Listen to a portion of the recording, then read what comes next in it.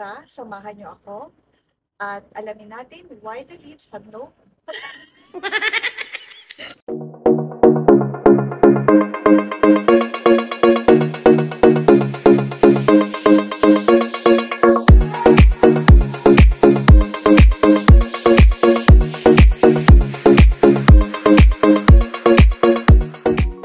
Hello mga kaklasheng and welcome to my vlog. So, kamusta kayo mga kaklasheng? I hope that you are all doing well. Ako rin dito, same here. Very, very good today. It's a sunny weather pero malamig kaya I look like an Eskimo. So, for today's episode, I decided that I will walk you past through some trees of Vienna and we will discover why the trees lost their leaves during winter. So tara, samahan niyo ako at hanapin natin ang mga puno na walang dahon. Alam niyo mga kaklasheng, during winter, almost of the trees in Vienna have no leaves.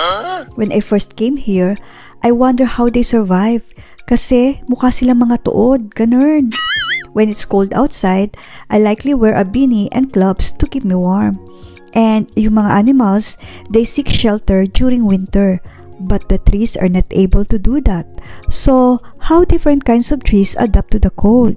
There are adaptations that enable them to survive through the winter. So, alam niyo ba mga bes?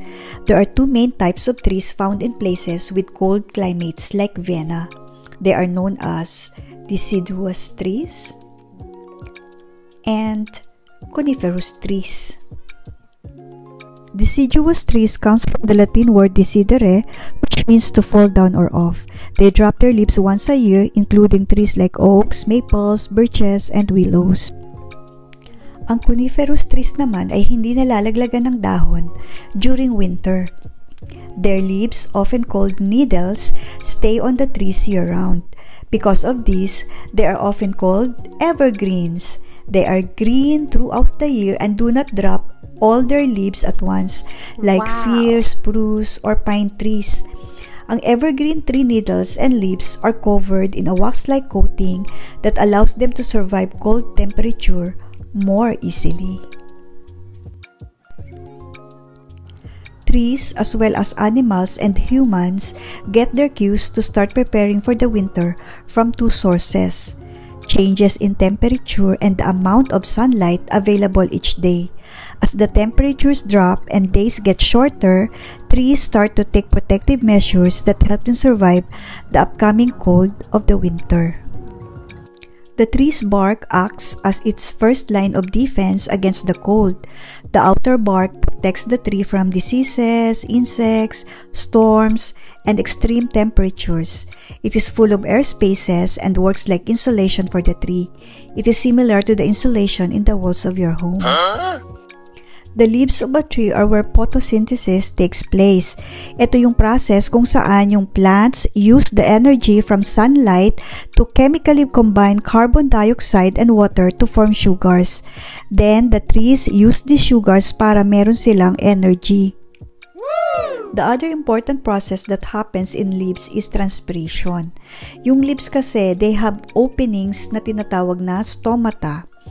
Itong openings na to are controlled by guard cells na nag-e-able sa stomata na mag-open and close. During transpiration, yung oxygen gas and water vapor umaalis sa puno from the stomata.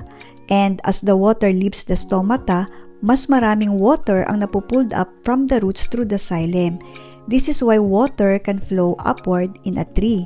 With colder temperatures and shorter days, yung chlorophyll na nagbibigay ng green pigments sa mga dahon also starts to break down and other leaf pigments begin to accumulate. Yon ang nagke-create ng magnificent fall colors that I absolutely enjoy. Alam niyo mga kaklasheng, during winter, yung tree roots cannot access liquid water kasi frozen nga yung ground. So, para makip yung leaves from wasting water through transpiration, yung deciduous trees lose their leaves in autumn. Ang tawag dyan ay abscission. Fewer sunlight hours mean there is less time for the tree to produce food through photosynthesis. So it has to go into an energy-saving mode. Ang tawag dyan ay dormancy. Yung mga puno essentially sleeps over winter katulad ng ibang animals like bears, snakes, or squirrels. They hibernate during the cold months. And during dormancy, yung metabolism ng mga puno or yung kanilang internal process slow down. Kaya they don't consume as much energy and they will stop growing. Kapag ginawa nila to, they can conserve energy to stay alive during the cold winter. Ang mga evergreen trees naman hold less water in their leaves and it contain chemicals that keep their leaves from freezing. Wow! At itong mga chemicals na to ang nagbibigay sa evergreen ng kanilang characteristic scent. That's why evergreen trees keep their leaves throughout the winter.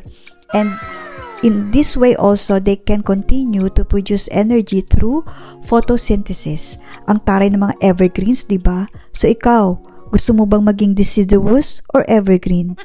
Leave your comment below and tell me why. Pero meron din naman mga puno na nag-hold on to their dry brown leaves throughout the winter. Ang tawag dyan ay marcescens. The abscission layer on these trees does not completely form until spring, kaya they allow them to hold on to their leaves much longer. Pero alam nyo ba, when spring comes and temperatures begin to rise once more, all of these processes will begin to reverse. This is when we see leaves starting to bud on trees and everything begins to grow again. But wait, I saw some leaves already sprouting. Rosebuds are forming. Wow! And look, the grass are getting greener. And tingnan nyo mga kaklasheng, wildflowers are growing. That means spring is coming!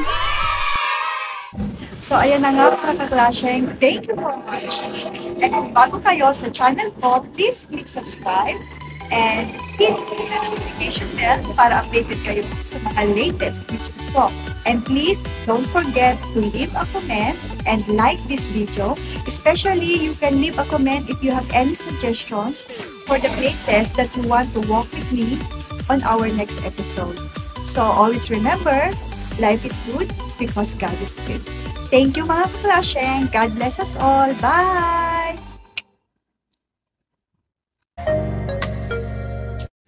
O ano, naghanap kayo ng bloopers?